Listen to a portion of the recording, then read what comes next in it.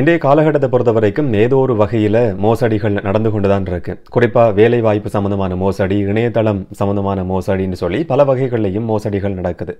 இதில் வெளிநாடுகளுக்கு போகிறதுக்காக பெருந்தொகையான பணத்தை முகவர்கள்ட்ட கொடுத்து ஏமாந்து போகிற தமிழர்கள் இன்றைக்கு வரைக்கும் ஏராளமாக இருக்கிறாங்க. அதே மாதிரி புலம்பெயர் தேசத்தில் வாழ்ந்து வர தமிழர்களும் இலங்கையில் இருக்கிற நபர்களை ஏதோ ஒரு வகையில் நம்பி ஏமாந்து போகிற ஏராளமான சம்பவங்கள் இதுக்கு முதல்ல பதிவாகி இருக்கு. அந்த மாதிரியான ஒரு சம்பவத்துக்கு அண்மைய உதாரணம் தான் யாழ்ப்பாணத்தில் நடந்திருக்கிற ஒரு காணி மோசடி சம்பந்தமான தகவல். அதில் வெளிவந்திருக்கிற தகவல்களை பார்க்குற நேரத்தில் இப்படியெல்லாம் மக்கள் ஏமாந்து போகிறாங்களா, இப்படி ஏமாற்றக்கூடியவர்கள் இருக்கிறாங்களான்னு சொல்லி சிந்திக்கிற அளவுக்கு ஒரு நூதனமான திருட்டு, நூதனமான மோசடி சம்பவம் என்று சொல்ல முடியும். கனடாவை சேர்ந்த ஒரு நபர் ஒரு காணியை வாங்குறதுக்காக கிட்டத்தட்ட 1.5 கோடி ரூபாவை கொடுத்து ஏமாந்து போயிருக்கிறாரு. இது மட்டும் கிடையாது, அந்த இளைஞன் 29 வயதான அந்த மோசடியோட சம்பந்தப்பட்ட இளைஞன்ட்ட இருந்து கைப்பற்றப்பட்ட தொலைபேசிகளில் இன்னும் பல அதிர்ச்சியான தகவல்கள் கண்டுபிடிக்கப்பட்டிருக்கு. இந்த சம்பவத்தில் நடந்தது என்ன, விசாரணைகளில் தெரிய வந்திருக்கிறது என்னன்னு சொல்லி முழுமையான தகவல்களை இந்த காணொலியில் தெளிவாக விளக்கமாக பார்க்கலாம். வணக்கம், நான் கிருஷாந்த் ராஜன். யாழ்ப்பாணம் சுன்னாகத்தை சேர்ந்த 29 வயதான ஒரு இளைஞன் சில நாட்களுக்கு முதல்ல யாழ்ப்பாணத்தில் வச்சு கைது செய்யப்படுறாரு. ஒரு காணி மோசடி சம்பந்தமா அந்த இளைஞன் கைது செய்யப்பட்டதா செய்திகள் வெளியாகி இருந்தது. ஆனா இந்த இளைஞன் கைது செய்யப்படுறதுக்கு முதல்லையே இந்த மாதிரியான நூதன மோசடியில் அவர் பல காலமாக ஈடுபட்டிருக்கலாம் என்று சொல்லப்படுற சந்தேகம் முன்வைக்கப்பட்டிருக்கு. சில அதிர்ச்சியான தகவல்களும் வெளியாகி இருக்கு. இந்த இளைஞன் தன்னைத்தானே மருத்துவர் என்று சொல்லி அடையாளப்படுத்தி கொண்டிருக்கிறாரு. அதுக்கான போலி ஆவணங்களையும் போலி அடையாள அட்டையும் தயாரிச்சிருக்கிறாரு. அது சம்பந்தமான புகைப்படங்கள் உள்ளூர் ஊடகங்களில் வெளியாகி இருந்தது. அதை பார்க்குற நேரத்திலேயே அது போலியானது என்றதை சாதாரணமாக எல்லாராலையும் விளங்கி கொள்ளக்கூடிய மாதிரி இருக்கும். இந்த மாதிரியான அடையாள அட்டைகளை நம்பி எப்படித்தான் மக்கள் ஏமாந்து போகிறாங்களோ தெரியாது. எப்படியா இருந்தாலும் சுன்னாகத்தை சேர்ந்த இந்த நபர் தன்னை மருத்துவர் என்று சொல்லி அறிமுகப்படுத்தி கொண்டு இந்த மோசடியை ஆரம்பிச்சிருக்கிறாரு. குறிப்பாக ஒரு மோசடியில் ஈடுபட்ட நபர்கள் சமூகத்தில் உயர்ந்த அந்தஸ்தில் இருக்கிறவங்களை காட்டிக்கொள்ளும் போது ஏமாற்றுறதுன்றது இலகுவானது. இதுக்கு முதல்லையும் இலங்கையை பொறுத்த வரைக்கும் இதே மாதிரியான ஏராளமான சம்பவங்கள் நடந்திருக்கு. தென்பகுதியில் நடந்த ஒரு சம்பவத்தையும் உதாரணமாக சொல்ல முடியும். நடிகைகள்கிட்ட பெருந்தொகையான பணத்தை கொடுத்து ஏமாந்து போன பலர் பற்றிய தகவல்கள் கடந்த காலங்களில் பரபரப்பாக பேசப்பட்டிருந்தது. இந்த இளைஞன் சம்பந்தமான தகவல்களை பொறுத்த வரைக்கும் தன்னை மருத்துவர் என்று சொல்லி புலம்பெயர் தேசத்தில் வாழ்ந்து வார தமிழர்கள்ட்ட அடையாளப்படுத்தி கொண்டிருக்கிறாரு. குறிப்பாக புலம்பெயர் தேசத்தில் வாழ்ற தமிழர்கள் என்று சொன்னதுமே இலங்கையில் இருக்கிறவங்களுக்கு பொதுப்படையான ஒரு எண்ணம், நிலைப்பாடு இருக்கு. பெருந்தொகையான பணம் இருக்கு, அவங்கள்ட்ட இருந்து இலகுவா அவங்களை ஏமாற்ற முடியும் என்ற எண்ணம் இன்றைக்கு வரைக்கும் பலர் மத்தியில் இருக்கு. அதே மாதிரி புலம்பெயர் தேசத்தில் வாழ்ந்து வரவங்களுக்கும் ஒரு எதிர்பார்ப்பு, ஆசை, கனவு எல்லாமே இருக்கு. எங்களுடைய சொந்த நிலத்தில் நாங்கள் ஒரு சொந்த நாட்டில் நாங்கள் ஒரு நிலத்தை வாங்கி வீடு கட்டணும் என்ற ஆசை நிறைய பேருக்கு இருக்கு. அந்த வீட்டில் அப்படி பெருந்தொகையான பணத்தை கட்டி அந்த வீட்டை கட்டி அங்கே போய் வாழ்கிறாங்களான்னு கேட்டால் அது விரல் விட்டு எண்ணக்கூடிய ஒரு சிலர் மட்டும்தான் அந்த மாதிரியான ஒரு தீர்மானத்தை எடுக்கிறாங்க. இன்னும் பலர் இங்கே கஷ்டப்படுற பணத்தை வச்சு கொண்டு ஏதோ ஒரு வகையில் காணியை வாங்கி வீட்டை கட்டினாலும் கூட அங்கே வாழ்றது கிடையாதுன்றது இன்னொரு கதை. அதெல்லாம் ஒரு பக்கம் இருந்தாலும் இவர் தன்னை மருத்துவர் என்று சொல்லி அடையாளப்படுத்தி கொண்டிருக்கிறாரு. நீண்ட காலமாக இலவசமான மருத்துவ முகாமை ஏழைகளுக்காக நான் நடத்தி வாரன் என்று சொல்லியும் புலம்பெயர் தேசத்தில் வாழ்ற தமிழர்கள் மத்தியில் ஒரு போலி பிரசாரம் செய்யப்பட்டிருக்கு. சுன்னாகத்தில் ஒரு வீட்டை வாடகைக்கு எடுத்து இலவச மருத்துவ முகாம் நடத்தப்பட்ட இடம் என்று சொல்லி அவர் ஒரு போர்ட் போட்டிருந்ததா கூட உள்ளூர் ஊடகம் ஒன்றில் செய்தி வெளியாகி இருந்தது.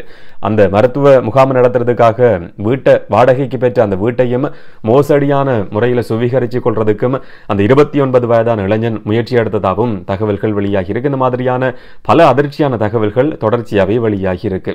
இப்படி தன்னை போலி மருத்துவர் என்று சொல்லி அடையாளப்படுத்திக் கொள்றாரு. இலவச மருத்துவ முகாம் நடத்த போறேன் என்று சொல்லியும் அடையாளப்படுத்திக் கொள்றாரு. இதுக்காக புலம்பெயர் தேசத்தில் இருக்கிற தமிழர்கள் எங்களுடைய மக்களுக்கு ஏதோ ஒரு வகையில் நல்ல விஷயம் நடக்குதுன்றதுக்காக பெருந்தொகையான பணத்தை அனுப்பியிருக்கிறாங்க. இதை பற்றின தகவல்களும் வெளியாகி இருக்கு.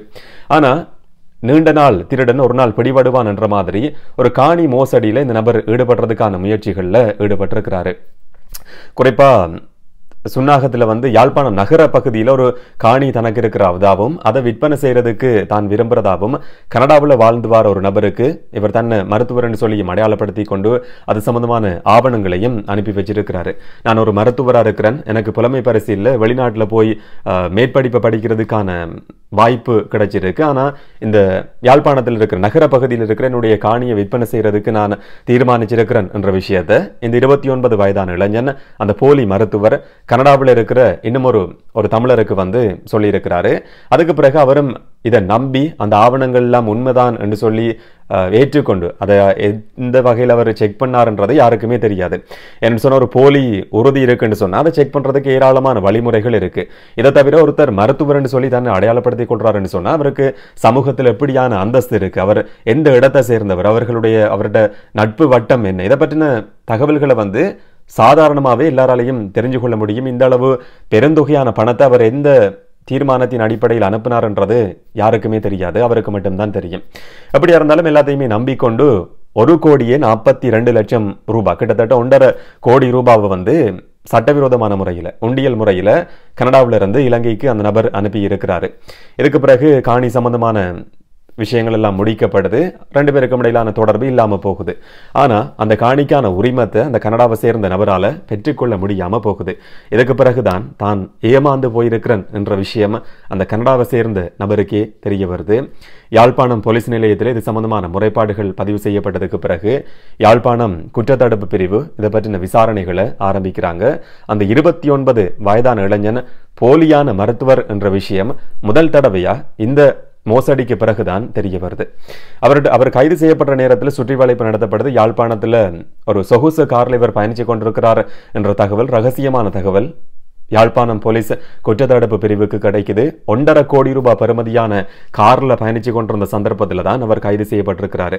5 கையடக்க தொலைபேசிகள் கைப்பற்றப்பட்டிருக்கு. 15 பவுன் தங்கம் அவற்றிலிருந்து பறிமுதல் செய்யப்பட்டிருக்கு.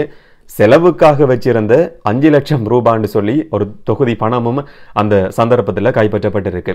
இந்த நபர்கிட்ட இந்த வருஷ ஆரம்பத்தில் அவரோட வங்கி கணக்குல வந்து கிட்டத்தட்ட 6 கோடி ரூபாய் பணம் இருந்ததா சொல்லப்படுது. அவர் கைது செய்யப்பட்டு வங்கி கணக்குகள் சம்பந்தமா பரிசீலிக்கப்பட்ட சந்தர்ப்பத்தில் 3 கோடி ரூபாய் பணம் மட்டும்தான் இருந்திருக்கு. இந்த குறுகிய காலப்பகுதிக்குள்ள 3 கோடி ரூபாவை அந்த நபர் செலவு செஞ்சிருக்கிறாரு. இந்த அளவுக்கு ஒரு சொகுசு வாழ்க்கையை வாழ்ற ஒரு நபராக தான் அந்த 29 வயதான இளைஞன் இருந்திருக்கிறான்ன்றதும் மிக முக்கியமான ஒரு விஷயம்.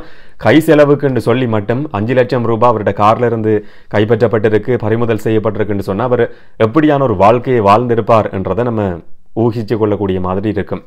இதை தவிர அவர்கிட்ட இருந்து கைப்பற்றப்பட்ட கையடக்க தொலைபேசியை வந்து போலீஸ் சோதனைக்கு உட்படுத்துறாங்க. இதுல இன்னும் அதிர்ச்சியான பல தகவல்கள் தெரிய வருது.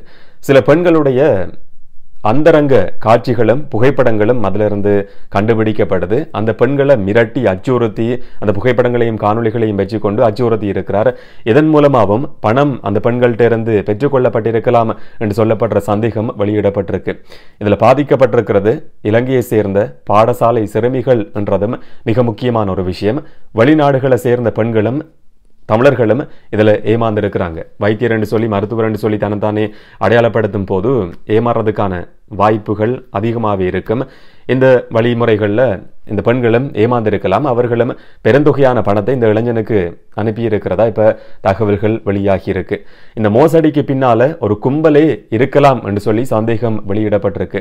குறிப்பாக அந்த இளைஞனுடைய வங்கி கணக்குகள் சம்பந்தமா பரிசீலிக்கப்பட்ட சந்தர்ப்பத்தில் பெருந்தொகையான பணம் வேற தரப்புகளுக்கும் பரிமாறப்பட்டிருக்கிறது கண்டுபிடிக்கப்பட்டிருக்கு. அந்த நபர்கள் யாரு, அவங்களுக்கு இந்த இளைஞனுக்கும் இடையில இருக்கிற தொடர்பு என்னன்னு சொல்லி கண்டுபிடிக்கிறதுக்கான விசாரணைகளும் இப்ப ஆரம்பிக்கப்பட்டிருக்கிறதா சொல்லப்படுது. புலம்பெயர் தேசத்துல வாழ்ந்து வர தமிழர்கள் இலக்கு வைக்கப்பட்டு இந்த மாதிரியான ஏராளமான மோசடி சம்பவங்கள் இலங்கையில நடந்து கொண்டிருக்கின்றதுக்கான அண்மைய உதாரணம் தான் இந்த ஒரு சம்பவம். இது ஒரு சம்பவம் மட்டும்தான்.